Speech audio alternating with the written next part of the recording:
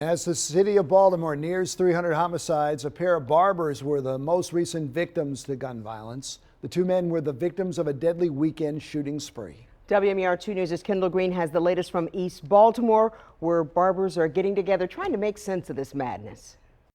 The sign says closed, and for good reasons, we assume.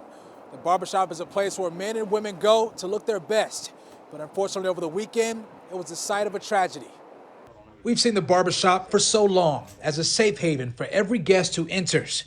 At one point, a place for open conversations by city leaders about the plaguing effect of crime across the city.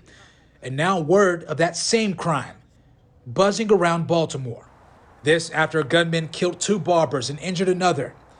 The news finding its way to Mr. Do Hair Design Barbershop, where Ralph Hurd has worked for over 25 years. All I do is sit on and say a little silent prayer. He's prayerful since he's just a few blocks up East Oliver, where the first of three connected shootings took place Saturday, leaving one man critically injured. The other shootings, though, deadly. One at the Crown Barbershop on Eastern Avenue, where 44-year-old Javier Villegas Cotto was shot and killed.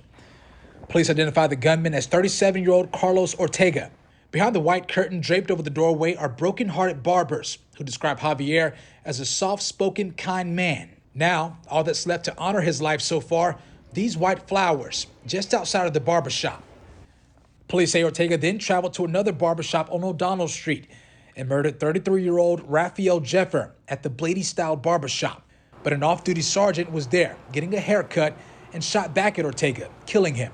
When we're giving a community service as we do, trying to make somebody look good, feel good, it just disheartens you, but simply because I'm in that craft. Hurd says a shooting spree leading to the death of two barbers should be enough to get other barbers discussing ways to make barbershops across Baltimore safer. Reach out to anybody that you know that's in this craft, that we can just talk it over, even if we have to go to meetings of our own to go ahead and just curtail this craziness and narrow in what attracts it. Now, at last check, the fourth individual injured in the shooting was listed in critical condition. Now, any updates on his status and developments in the investigation we'll post on the air and online at WMER2news.com. Reporting in Baltimore, Kendall Green, WMER2 News.